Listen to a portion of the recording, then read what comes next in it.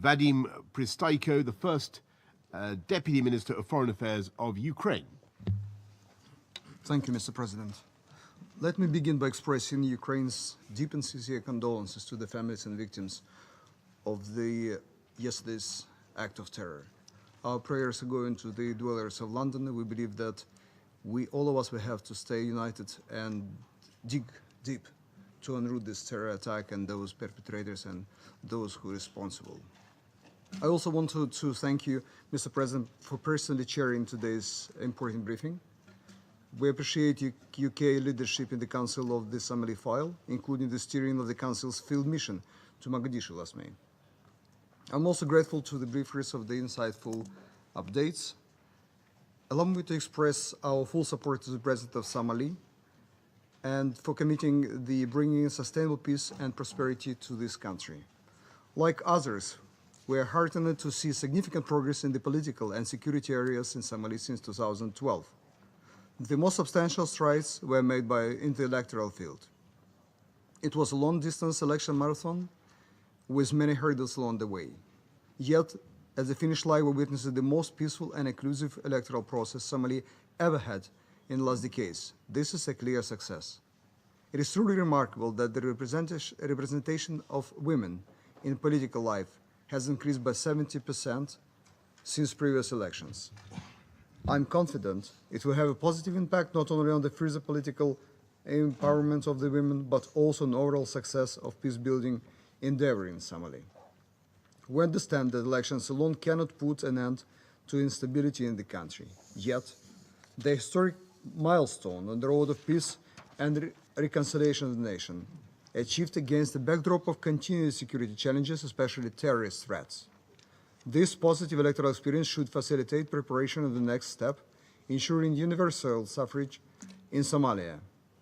First, international assistance, in particular through the commendable efforts of UN Assistance Mission in Somalia, the African Union, the Intergovernmental Authority of Development, the European Union, the League of Arab States, Organization of Islamic Cooperation, as well as African Union Mission in Somalia, remains instrumental.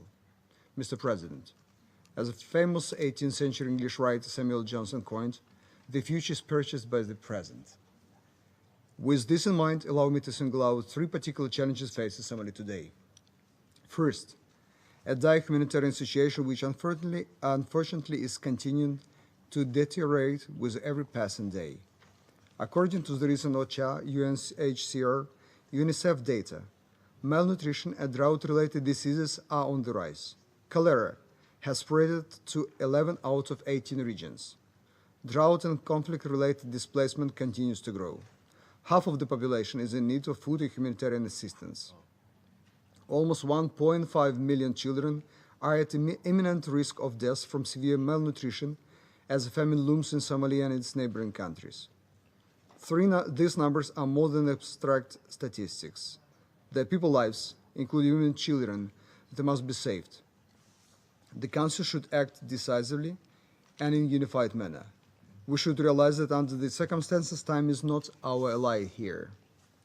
In this light, we commend the efforts of Secretary General and fully support his personal involvement to prevent the repetition of the situation we saw in Somalia in 2011, when hundreds of thousands of people perished. This is a time of joint action and our unified support and assistance to the government and people of Somalia. It would be totally unacceptable for the United Nations and international community at large to let the famine devastate this country once again. We welcome all the international efforts aimed at preventing such a scenario. In this context, we commend the United Kingdom's role in these efforts and your readiness to seek new platforms and ways to help Somalia, including the planned international conference on Somalia in London in this May. Second, security and counterterrorism. Though the security situation continues to improve, we realize that the threat posed by Al-Shabaab still persists. We strongly condemn its terrorist activities, particularly attacks and violence against the civilians, recruitment and use of children, abduction, the attacks of humanitarian workers. We pay tribute to AMISOM as well as Somali security forces for their efforts to tackle this threat. In this context of AMISOM's eventual exist, we would like to encourage the government of Somalia to accelerate the security sector reform in close cooperation with the UN presence and international partners. This readiness of local forces for a gradual takeover of security responsibility from AMISOM, including the area of protection of civilians, should remain our top priority. We know full well from our own experience back home that only well-trained and well-equipped national forces can effectively guarantee lasting peace and stability in the face of threat posed by terrorism. Third, the political domain. Besides the need of ensuring the universal suffrage I have already mentioned, there is no doubt that the constitutional review, as well as further agreement on federal administration system and of the country, are the key tasks before the new government. Transparency and inclusiveness play a decisive role in determining how successful this government will be, how it will be judged by the international community, and above all, the most importantly, by the Somali people. Mr. President, finally, let me briefly touch upon another factor which must not be overlooked if we are to accompany Somalia in the path of sustainable peace in a comprehensive and holistic manner. Last week, the first hijacking of the commercial vessel by pirates since 2012 has been reported. We hope that this incident will not bring the threat of the pirates in the Gulf of Aden at the level we witnessed a few years ago. Prevention and countering the piracy and armed robbery at the sea should remain among priorities issues of the government of Somalia and the international community.